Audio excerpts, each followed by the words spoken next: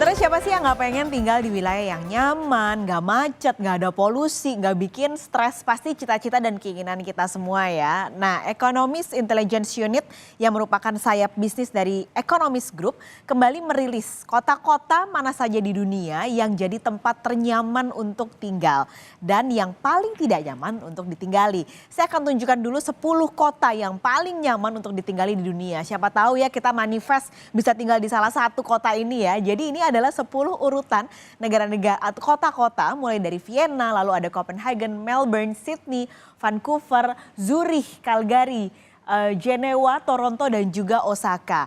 Ini Vienna dianggap sebagai juara satu kota ternyaman karena dianggap memiliki kombinasi terbaik mulai dari stabilitas kotanya, lalu ada budaya, hiburan, infrastruktur, edukasi hingga kesehatan. Jadi itu adalah faktor-faktor yang dilihat saat survei ini dibuat. Jadi kalau kita lihat dari 10 kota yang ternyaman ini, terbanyak adalah kota-kota di Kanada. Ada 3, mereka masuk sebagai 10 besar. Lalu ada 2 kota di Swiss dan Asia hanya diwakili oleh 1 kota saja, yaitu Jepang, yaitu Osaka. Bahkan bukan ibu kotanya ya, tapi Osaka yang masuk sebagai 10 besar kota ternyaman di dunia. Tapi di sisi lain ada juga nih kota-kota yang mendapat penilaian sebagai kota terburuk untuk ditinggali atau kota yang paling tidak nyaman untuk ditinggali. Kita lihat daftarnya saudara. Ini adalah 10 kota paling tidak nyaman untuk ditinggali. Ada Dula di Kamerun, ada Kiev yang sekarang masih perang, lalu ada Harare, Dhaka, Port Moresby, ada Karachi Pakistan, Lagos, Algiers di Algeria, Tripoli dan yang nomor paling bontot sebagai kota yang paling tidak nyaman ditinggali untuk di dunia adalah Damaskus di Suriah. Nah, kebanyakan dari kota-kota yang mendapat nilai terburuk atau menjadi kota yang paling tidak nyaman untuk ditinggali ini karena penilaiannya semuanya buruk. Mulai dari pendidikannya, lalu kesehatan, dan tentunya yang nilainya paling rendah adalah soal stabilitas di kota tersebut. Ini jadi masuk akal karena kalau kita lihat kotanya nih ya, ada Kiev, lalu ada juga Tripoli, ada Damaskus. Mereka ini adalah kota-kota yang sampai saat ini kotanya atau negaranya masih didera perang berkepanjangan. Tidak hanya soal perang, tidak hanya soal stabilitas. Ada 2 kota nih yaitu Lagos, ini nomor 7 dan juga Algiers di Algeria yang nomor 8. Seharusnya di catatan survei ini bisa membaik karena mereka sebenarnya lagi mendapat keuntungan dari harga energi yang naik. Karena keduanya negara ini memiliki cadangan minyak, cadangan energi yang cukup besar. Tapi ternyata tidak mampu memperbaiki kualitas hidup warganya. Karena di 2 kota ini dan di 2 negara ini tingkat korupsinya sangat tinggi sehingga dampak dari kenaikan harga energi tersebut tidak bisa membuat warganya menjadi nyaman untuk tinggal di sana.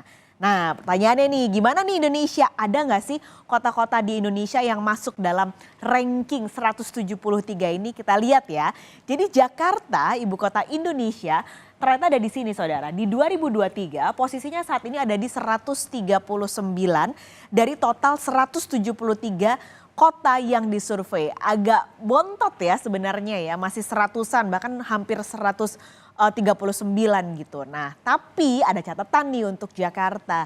Jadi Jakarta ini masuk dalam kota-kota yang kenaikannya cukup tinggi atau ada perbaikan dari tahun 2022 ke 2023. Ini adalah 5 kota yang kenaikan rankingnya paling tinggi. Ada Wellington di New Zealand dengan kenaikan yang tadinya di ranking 58 menjadi ranking 23, artinya naik 35 peringkat. Lalu ada Auckland yang sama-sama di Selandia Baru naik 25 peringkat tahun ini menjadi nomor 10. Lalu Hanoi di Vietnam naik 20 peringkat, saat ini posisinya di 129 bahkan lebih atas ya daripada Jakarta, Hanoi Vietnam dan juga Kuala Lumpur Malaysia naik ke posisi 94 dari yang tadinya di posisi 113 berarti ada kenaikan 19 peringkat. Nah, jadi tapi kalau kita lihat sebenarnya ya dari urutan tadi kita sudah sampaikan kota yang paling nyaman, yang paling tidak nyaman. Saya bilang kalau ada uang ada barang gitu. Jadi kota-kota yang paling nyaman ditinggali ini sudah pasti jaminan biaya hidupnya sangat tinggi. Nah, semakin turun rankingnya biaya hidupnya juga cenderung lebih murah gitu. Di Jakarta misalnya, kita masih bisa dapat makan 15.000, dapat ayam, nasi sama sayur. Coba Anda pergi ke Wellington, apakah bisa mendapatkan makan dengan 15.000? Kira-kira itu gambarannya. Nah, dari kota-kota ternyaman tadi, ada beberapa kota yang juga dinilai sebagai kota dengan work-life balance terbaik. Jadi kehidupan kerjanya dengan kehidupan sosialnya itu seimbang. Nah kita lihat ya, jadi ini adalah 5 kota yang merupakan kota dengan work-life balance terbaik. Nah ini sementara di saat yang sama ada survei yaitu negara-negara terkompetitif. Jadi kalau Anda lihat nih ya perbandingannya, negara-negara yang memiliki work-life balance terbaik ini juga ternyata masuk dalam negara terkompetitif dalam hal ekonomi. Ada Denmark, lalu juga ada Swedia. Sama di sini saudara, ada Denmark, ada juga Swedia. Jadi mungkin ini gambaran ya buat Anda atau kita ya, budak-budak korporat. Jadi kalau kerja keras bak kuda belum tentu membuat Anda bisa jadi kompetitif.